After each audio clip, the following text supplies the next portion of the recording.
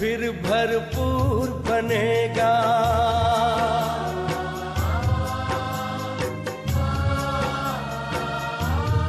ओ भारत फिर भरपूर बनेगा, कोई नहीं कमी होगी। हीरों से आकाश भरा, मोती से भरी जमीन होगी। भारत फिर भरपूर बनेगा।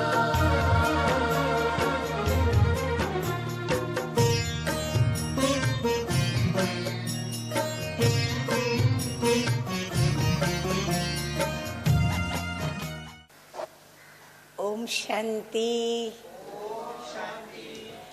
ओम शांति।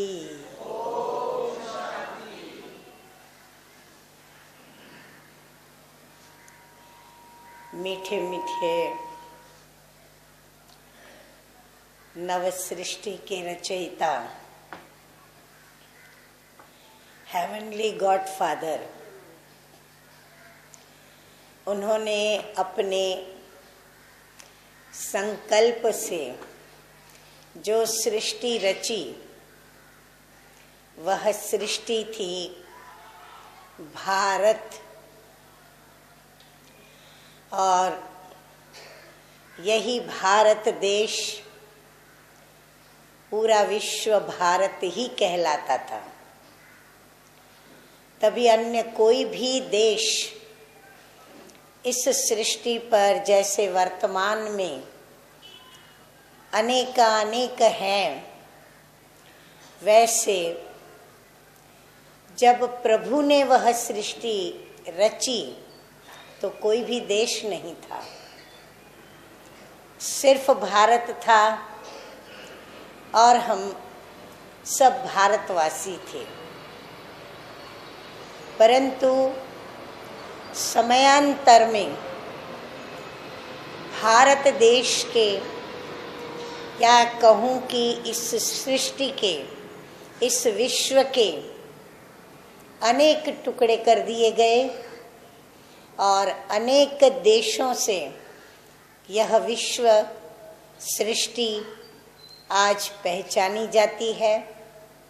और उसमें भी अति धर्म की ग्लानि तो यह है कि जो भारत देश, जिस भारत देश के केंद्र बिंदु के अंदर, अर्थात भारत की जो अभी वर्तमान राजधानी है दिल्ली, जहाँ पर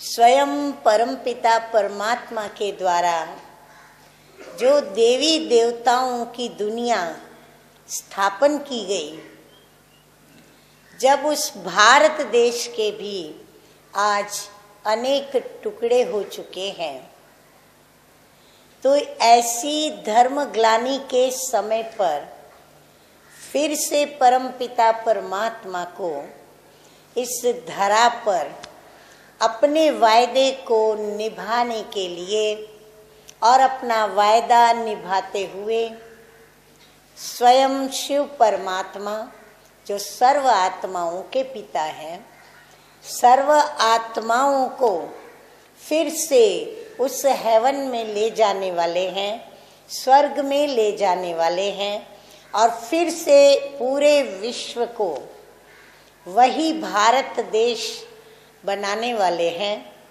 जिस भारत देश की महिमा जैसे शिव पिता परमात्मा की महिमा है, वैसे ही अपरम अपार महिमा भारत देश की, क्योंकि परमात्मा ने स्वयं यह सृष्टि रची और इस भारत देश को सोने का भारत, सोने की चिड़िया बनाया, सच्चा सच्चा शिवालय बनाया, सच्चा सच्चा जहाँ राम राज्य स्थापन किया। जिस राम राज्य में, जिस स्वर्ग में वर्तमान मनुष्य आत्माएं प्रत्येक क्षेत्र की जो सोच रही हैं, कल्पना कर रही हैं, सुख, शांति, आनंद की चरम सीमा की, वो सारी चरम सीमाएं वहाँ पर उपस्थित है। अर्थात वह हमारा भारत देश संपूर्ण पावन, क्योंकि परम पावन, परम पवित्र, परम पिता परमात्मा की प्रथम पवित्र संकल्प की रचना है। इसलिए भारत देश जब परम पवित्र है, प्रभु के संकल्पों की वह रचना प्रारंभ काल में इतनी सुखी होती है, इतनी शांति होती है, चारों ओर आनंद होता है, हर नर और नारी देवी और देवता कहलाता है, और वहाँ पर एक ही श्री लक्ष्मी और श्री नारायण का राज्य होता है।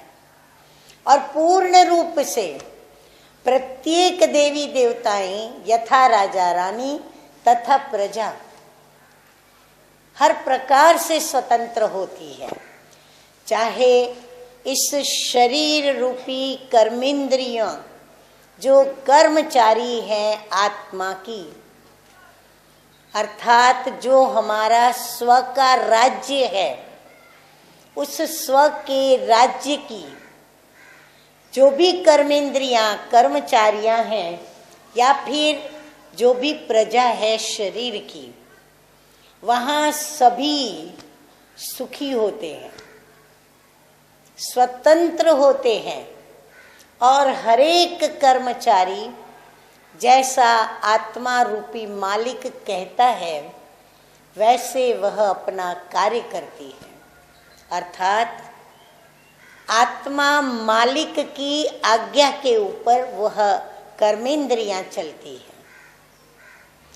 जो आत्मा उनको कायदा सुनाती है, जिस कायदे पर वह आत्मा उनको चलाना चाहती है, जिन नियमों में उनको बांधना चाहती है, जिन मर्यादाओं में उनको रखना चाहती है, वह आत्मा रख पाती है, क्योंकि आत्मा भी सर्व शक्तियों से वहाँ समर्थ है।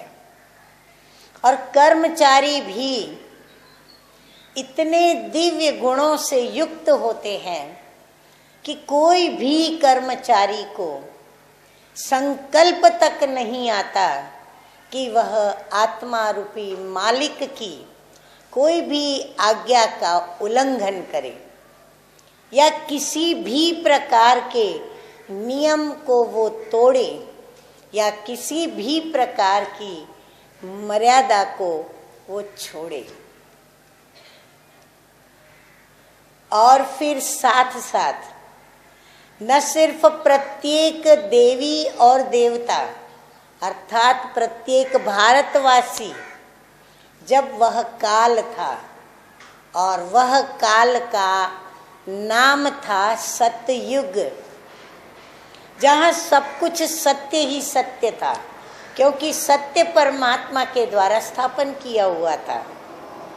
इसलिए वहाँ पर हर चीज सत्य थी, चित्त को आनंद देने वाली थी, और चारों ही ओर धन धान्य भी भरपूर था, संपत्ति भी भरपूर थी, और हीरे जवाहरातों के महल, भारत सोने की चिड़िया, क्या क्या उसका हम वर्णन करें। लेकिन वह भारत किसी भी प्रकार के, किसी भी परतंत्र करने वाले संकल्प तक भी वहाँ पर न था, न उनका ज्ञान था। हर बात में वहाँ सभी आत्माएं बिल्कुल अनजान थी। यदि उनको जानकारी थी तो सुख की, शांति की, आनंद की, प्रेम की, सर्व प्रकार की स्थूल और सूक्ष्म संपत्तियों की।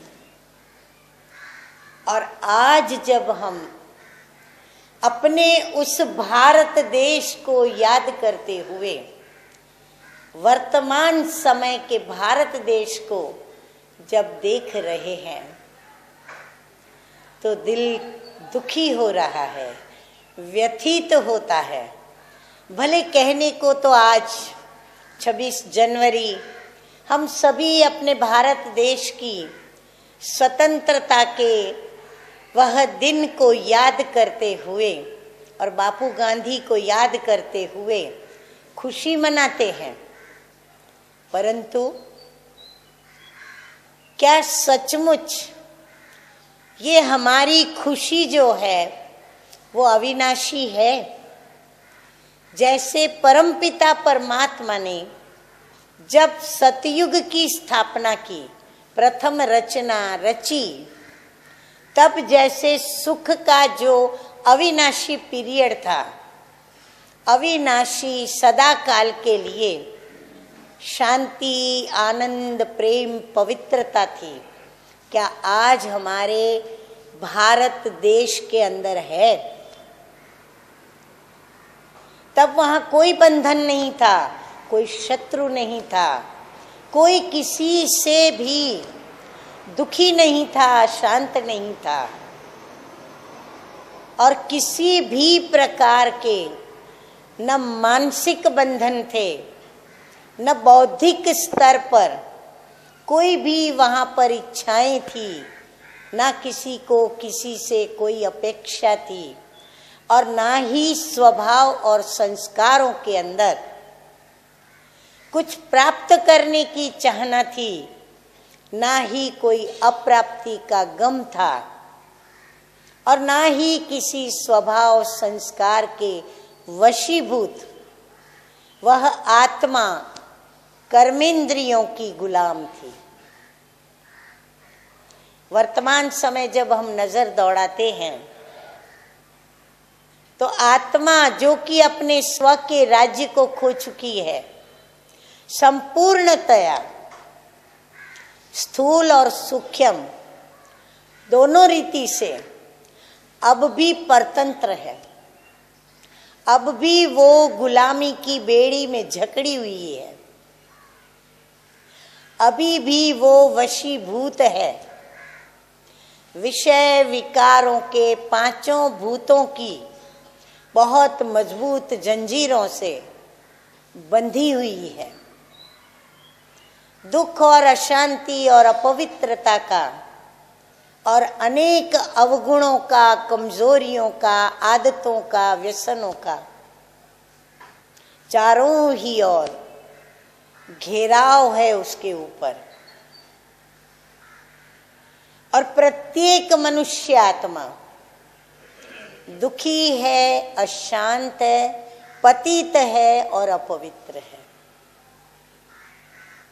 चाहे स्थूल रीति से देखें, कहाँ भारत की भरपूरता और कहाँ आज की असंतुष्टता, क्योंकि जो भी प्राप्ति है वो अल्पकाल के लिए है, और यही कारण है कि आत्मा न अंदर से संतुष्ट है, न आत्मा को बाहर से कोई संतुष्टता प्राप्त होती है। और आश्चर्य इस बात का है कि प्रत्येक मानव आज स्व के स्वरूप को भूलकर, स्व के राज्य को भूलकर, स्व के अधिकारियों को गुलामी की दशा में देखकर और प्रत्येक कर्मेंद्रियों को पांच विकारों के वशीभूत देखकर भी उसको यह जागृति नहीं आ रही है कि मैं कितना परतंत्र हूं।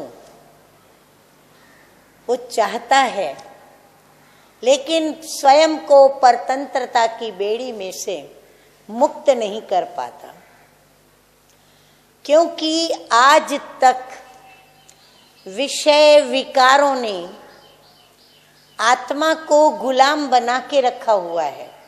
कर्मेंद्रियां भी उसकी गुलाम बनकर चल रही है। नतीजा ये रहा कि जहाँ स्व का राज्य होना चाहिए था, जिस स्व के ऊपर परमपिता परमात्मा की श्रीमत का राज्य होना चाहिए था, उस परमपिता परमात्मा के द्वारा जो आज्ञाएं मिली, जो नियम कायदे मर्यादाएं और दिव्य गुण और शक्तियां जो उसे प्रदान की गई, जिसके आधार पर वह जब इस सृष्टि पर आत्माएं भी आई सतयुग के अंदर, तो वो पूज्य रही और देवी देवता कहलाई। पूर्ण रूप से कर्मेंद्रियों से भी स्वतंत्र, कर्म के कर्मचारी और अधिकारियों से भी स्वतंत्र, और साथ साथ खुद ने आत्मा ने भी स्वयं की स्थिति परम पवित्र बना करके स्वयं को स्वतंत्रता का अनुभव कराया, और उसी अनुभव में वह चली, और उसकी आत्मा की अर्थात स्व की जो भी इस कर्मेंद्रियों ने जब जब उसके पास कोई डिमांड यदि की, वैसे तो कोई आवश्यकता ही नहीं रही, क्योंकि सर्व प्राप्तियां परमपिता परमात्मा के द्वारा वहां प्राप्त थी, तो कोई भी वहां पर इच्छा उठी नहीं। परंतु जब विषय विकारों का राज्य हुआ, तो इस आत्मा के अंदर अपवित्रता आने लगी, शक्तियों का क्षय होने लगा, और धीरे धीरे आत्मा विषय विकारों की गुलाम बनते बनते इतनी गुलाम बन चुकी कि प्रत्येक कर्मेंद्रियों की प्रतिपल डिमांड आती रही उसके पास, और वह उस राजा के, कौन सा राजा, जो विषय विकारों का राजा कहलाता है, अर्थात रावण। रावण ने उसके ऊपर राज्य किया, तो जैसे रावण ने चलाया, जो आत्मा मालिक थी वह भी गुलाम बनकर उसकी आज्ञा पर जी हजूर जी हाजिर करने लगी। जब मालिक ही जी हजूर जी हाजिर, तो कर्मेंद्रियों का तो क्या हाल होगा। तो सूक्ष्म में भी कर्मेंद्रियां उसके वशीभूत रही, और स्थूल में भी कर्मेंद्रियां वशीभूत रही। और फिर माया ने, रावण ने जो डिमांड की, जो इच्छाएं की, जो आशाएं की, वो सब वो पूरी करता गया। चाहे कानों ने परचिंतन की इच्छा की, उसको परचिंतन दिया, ऐसी जगह पे जाकर के वहां अपने को बिठाया जहां परचिंतन का रस मिले। अब कर्मेंद्रियां, कर्ण, उसको श्रवण का रस चाहिए, परंतु कौन सा श्रवण, अपने असली श्रवण को भूलकर, और वह परचिंतन के स्वरण में आनंद लेने लगी। इसी प्रकार दृष्टि, उसको दृश्य का रस चाहिए, तो वो दृश्य भी उसने जो सतयुग में देखे हुए थे, उन दृश्यों को वो भूलने लगी, और माया ने उसे जो चश्मे पहनाए, उस चश्मे को पहनकर वह दृश्य देखना चाह रही। और वो कौन से दृश्य देख रही है? जो भरपूर देह अभिमान से विषय और विकारों के, वह दृश्य जिसमें कोई मर्यादा नहीं, कोई लाज नहीं, कोई शर्म नहीं। ऐसे नंगे दृश्य, ऐसे अर्धनंगे दृश्य, जो दृश्य आंखों को देखने नहीं चाहिए, रावण ने उसके आगे विज्ञान के भी कुछ स्वरूप में ऐसे साधन दिए, जिन साधनों से वह आंख अपने असली रस को भूलकर और इस रस में डूबती जा रही है, डूबती जा रही है। और आज की युवा पीढ़ी अपना सर्वनाश इन साधनों के द्वारा करती जा रही है, और फिर इतना मीठा जहर कि उन्हें महसूस भी नहीं हो रहा कि हम महाविनाश की ओर अपने कदमों को भर रहे हैं। तो प्रत्येक कर्म इंद्रिया, चाहे मुख है, मुख को भी वह जो सुख के, शांति के, आनंद के, प्रभु के गुणगान या गुणों के जो गुणगान करने चाहिए थे वह भुलाकर, और आज वह मुख ऐसे गीत गा रहा है, ऐसी बातें बोल रहा है जिससे कोई को भी सुख की प्राप्ति नहीं होती। हाँ, सुख की प्राप्ति का भ्रम उसे होता है।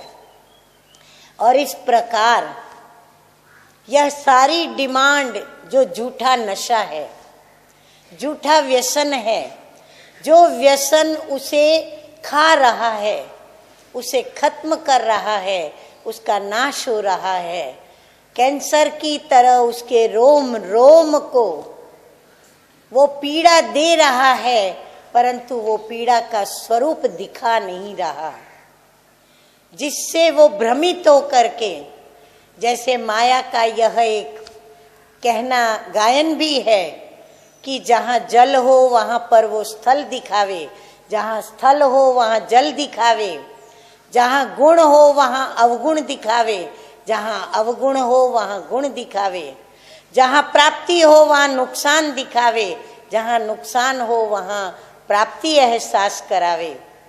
ऐसे उल्टी गाड़ी में, उल्टी गंगा में सभी को वो बहाती हुई माया ले जा रही है।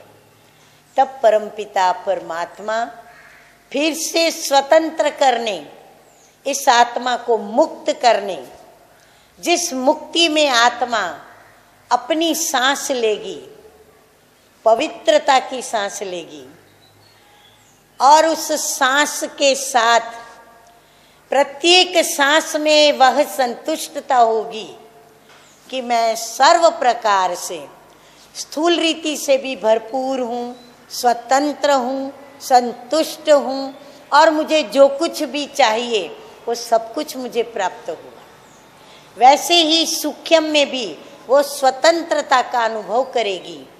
और अभी परमपिता परमात्मा सृष्टि पर आकर के वह युक्ति मुक्ति की सिखला रहे हैं, और उस मुक्ति की युक्ति का नाम है सहज ईश्वरीय ज्ञान, सहज राजयोग, दिव्य गुणों की धारणा और दुआओं को प्राप्त करने के वैज्ञानिक साधन, अनेक योग युक्त, धारणा युक्त सेवाएं, जिनके आधार से जितनी भी आत्मा को स्थूल सूक्ष्म जंजीरें लगी हुई हैं, उन सब बेड़ियों को वो काट करके और फेंक देती है।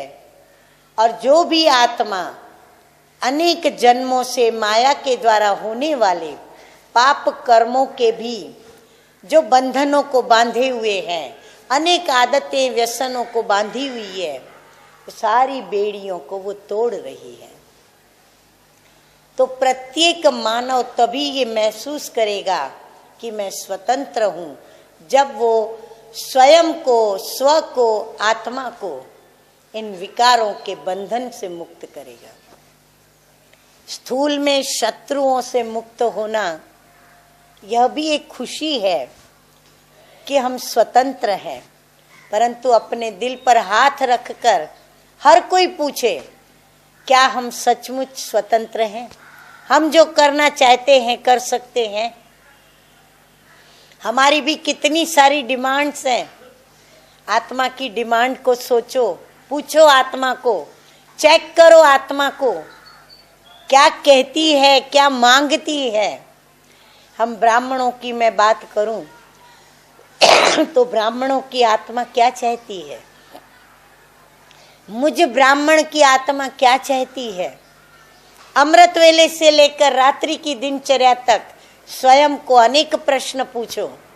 क्या मैं अमृत वेले उठ करके जैसे बाबा चाहते हैं वैसे ज्वालामुखी योग, बिना झुटका खाए, बिना नींद किए, स्फूर्ति के साथ, लाइन क्लियर रखते हुए, प्लेन बुद्धि के साथ मैं याद कर सकती हूँ?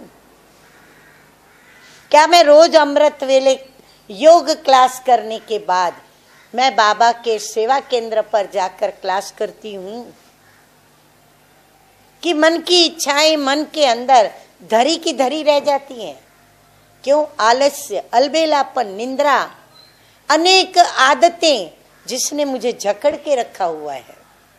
व्यर्थ संकल्प, व्यर्थ देहधारियों की यादें, व्यर्थ बीती हुई बातों की यादें, व्यर्थ पाप कर्मों का पश्चाताप मुझे ये करने नहीं दे रहे हैं।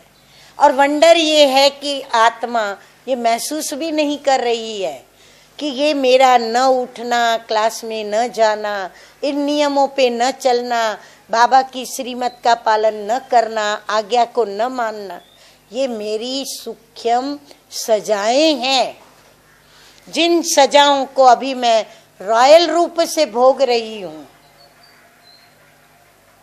परंतु सारे दिन की यह दिनचर्या में आप नजर दौड़ाएंगे तो ऐसी कितनी सूक्ष्म सजाएं सारा दिन आत्मा भुगतती रहती है, क्योंकि गुलाम हो चुकी है। तो हम अपनी गुलामी से स्वयं को पहले मुक्त करें। जब हम मुक्त होंगे तब हम पूरे भारतवासियों को अर्थात पूरे विश्व की आत्माओं को हम मुक्ति दिला सकेंगे।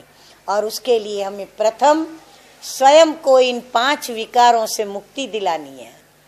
और 5 विकारों से मुक्ति दिलाएंगे तो ऑटोमेटिक हमारा यह भारत देश हर बातों से, हर शत्रुओं से मुक्त रहेगा। जब हम सर्व शत्रुओं से स्वयं को मुक्त करेंगे तब कहेंगे सच्ची सच्ची स्वतंत्रता, जो कि हमारे परम प्रिय परम पिता परमात्मा हम बच्चों को वह स्वतंत्रता का अनुभव कराने आए हैं। और हमें वह स्वतंत्रता प्रैक्टिकल में दिला रहे हैं। और हम आत्माएं स्वतंत्र होती जा रही हैं। हर एक नंबरवार पुरुषार्थ अनुसार अपनी अनेक बेड़ियां नंबरवार काटती जा रही हैं। परंतु हमें हर बेड़ियों को काटना है। जब हम संपूर्ण सर्व प्रकार की सर्व बेड़ियों को काटेंगे तभी हम कहलाएंगे स्वतंत्र देवी और देवता, स्वतंत्र भारत के स्वतंत्र देवी देवता। तो हम वह गीत याद करें कि जहाँ डाल डाल पर सोने की चिड़िया करती थी बसेरा, और भारत फिर भरपूर होगा, कोई यहाँ पर कमी नहीं होगी। और हम अपने को इस स्वतंत्रता के साथ अन्य आत्माओं को स्वतंत्र करने का बीड़ा उठाएं, प्रतिज्ञा करें। आशा करती हूँ स्वतंत्रता के इस दिवस पर हम यह प्रतिज्ञा करेंगे कि स्व को भी स्वतंत्र करेंगे और अन्य आत्माओं को भी स्वतंत्र होने का सच्चा सच्चा मार्ग दिखाएंगे। ओम शांति। जय भारत और जय शिव बाबा। ओम शांति।